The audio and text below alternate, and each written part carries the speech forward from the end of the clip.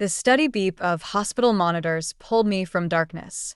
Everything hurt, a deep, bone-crushing kind of pain that made even breathing feel like torture. Through blurred vision, I could make out the sterile white ceiling and harsh fluorescent lights above me. The last thing I remembered was my mother's scream and the sickening crunch of metal. "My name is Lila, and 3 days ago, my entire world shattered. Literally. You're awake." Shane's voice came from somewhere to my left, thick with emotion. My boyfriend of 2 years moved into view, his usually neat appearance disheveled, dark circles under his eyes. "I've been so worried." I tried to speak, but my throat felt like sandpaper. Shane quickly brought a cup of water with a straw to my lips.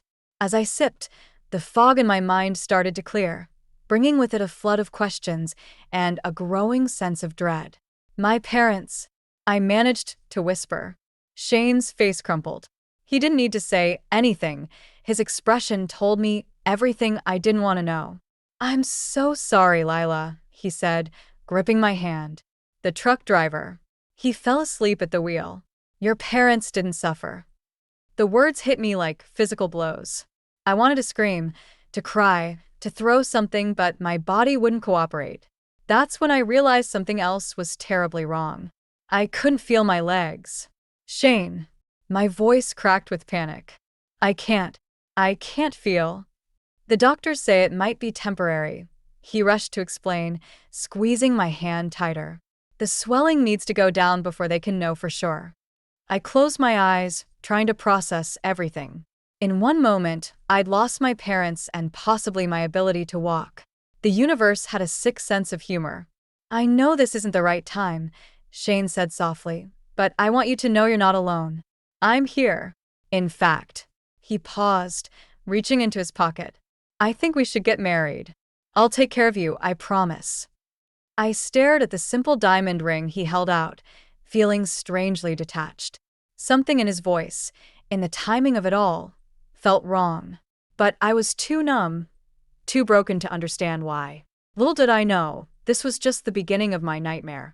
Coming home felt like walking into a museum of my old life. 2 weeks after the accident, Shane wheeled me through the front door of my childhood home, where every photo, every piece of furniture whispered stories of my parents. The engagement ring felt heavy on my finger, a constant reminder of a decision I'd made in a haze of grief and morphine. "Mother's been helping organize things," Shane said, pushing me past the living room. "She thought it might be overwhelming to see everything exactly as you know." I did know, and that's why my stomach dropped when I noticed the empty spaces where Mom's antique vases used to sit, the bare walls where Dad's collected paintings once hung. "Where are their things?" "Storage," Shane replied quickly. "Just temporary. We thought it would help with your recovery to have less clutter around." "We." That word bothered me more than it should have. The house felt sterile, like someone had systematically erased my parents' existence. Even their bedroom door was closed, something Mom never allowed because she said it made the house feel unwelcoming. "Your mother-in-law-to-be has been such a blessing," our elderly neighbor, Mrs. Chen, called from her porch as Shane helped me settle on our front swing. "She's been here almost every day, sorting through things."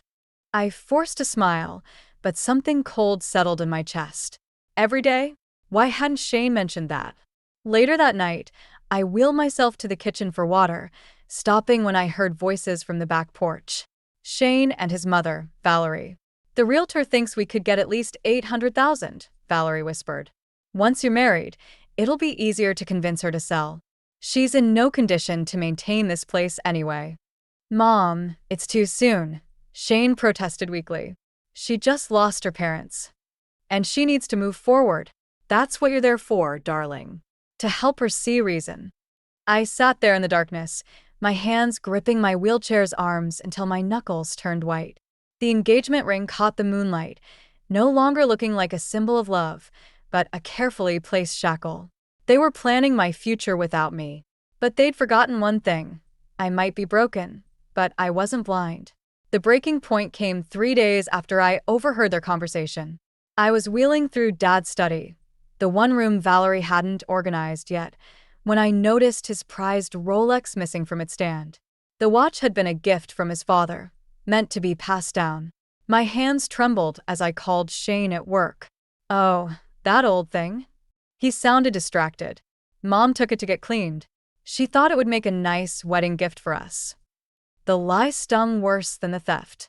I'd seen Valerie, wearing it at Sunday dinner, acting like it was some vintage store find. "Your mother needs to return it," I said, fighting to keep my voice steady. Along with Mom's pearl necklace and the painting from the living room. A long pause followed. "Lila, honey, you're confused. Those things are in storage, remember? Stop lying to me."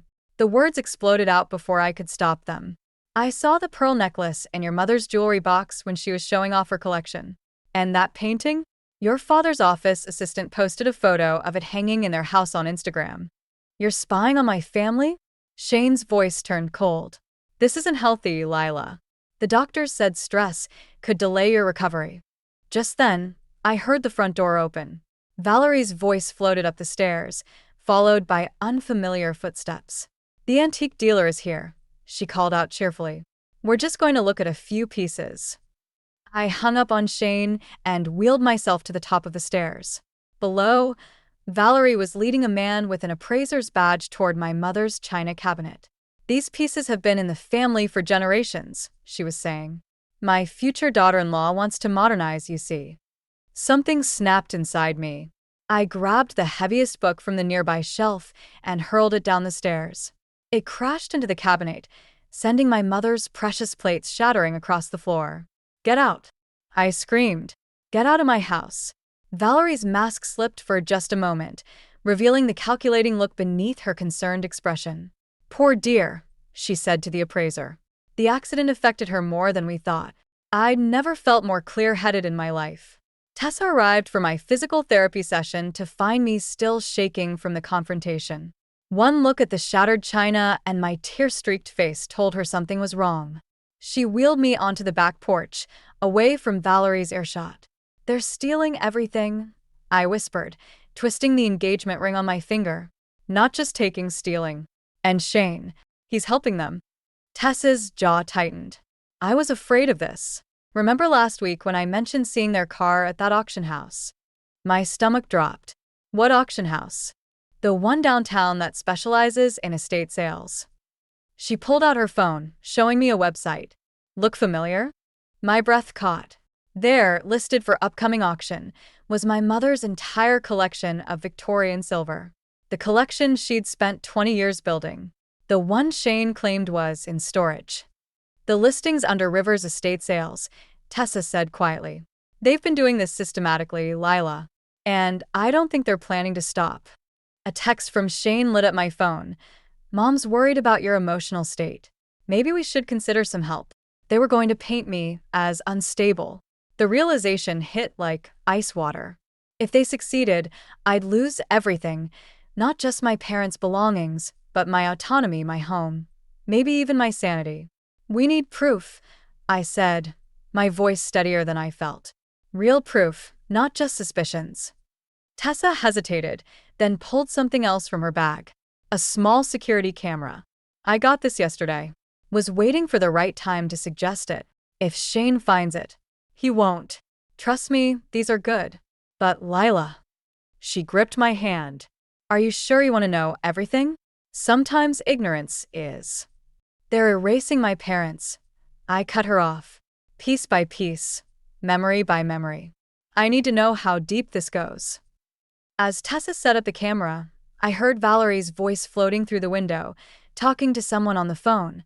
"The girl's becoming difficult. We may need to speed up our timeline." I caught Tessa's eye. We both knew this wasn't just about saving my parents' belongings anymore. This was about saving myself. The security camera footage revealed more than I was prepared for. 3 days of recording showed Valerie and Roy making multiple trips while Shane was at work, carrying out boxes of my family's belongings. But it was the conversation I overheard between them that made my blood run cold. "The accident was unfortunate," Roy said, "but it's given us an opportunity we can't waste." Once Shane has power of attorney. A knock at the front door interrupted my viewing. Through the window, I saw our new neighbor, Ethan Blake, standing on the porch. I'd seen him watching the house several times over the past week, but we'd never spoken. "I know what they're doing," he said without preamble when I opened the door. "And I know because they did the same thing to my grandmother last year." My hands gripped my wheelchair's arms tighter. "What do you mean?" "Valerie Rivers befriended my grandmother after my grandfather died. Played the caring friend, helped organize her estate. By the time we realized what was happening, they'd liquidated most of her assets. The trauma triggered a stroke, and they used that to question her competency." The pieces clicked into place. The missing items, Shane's sudden proposal, Valerie's concerns about my emotional state. "They're setting me up," I whispered. "They're already laying the groundwork." I overheard Valerie at the country club, telling people how concerned she is about your episodes. Ethan pulled out his phone. "I've been documenting their activities.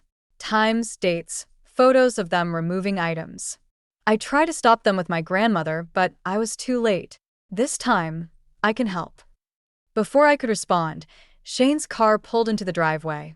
Through the window, I saw Valerie in the passenger seat.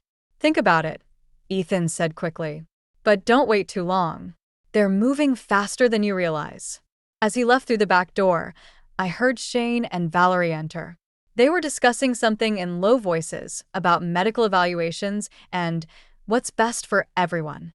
I looked at my engagement ring, then at the security camera footage still playing on my laptop. It was time to decide: play along and gather more evidence, or confront them now and risk losing everything. The answer came when I heard Valerie say, "The power of attorney paperwork is ready. We just need her signature." I waited until dinner to make my move.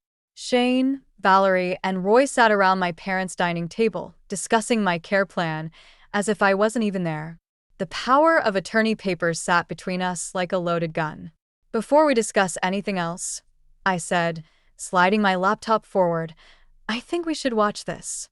The security footage played, showing Valerie and Roy methodically looting my home. Their faces drained of color as they watched themselves discussing their plans, mentioning other victims, plotting my future. "You've been spying on us?" Shane's voice cracked. "Funny how that's what bothers you," I said, twisting off my engagement ring. "Not the fact that your family has been stealing from me while I'm grieving."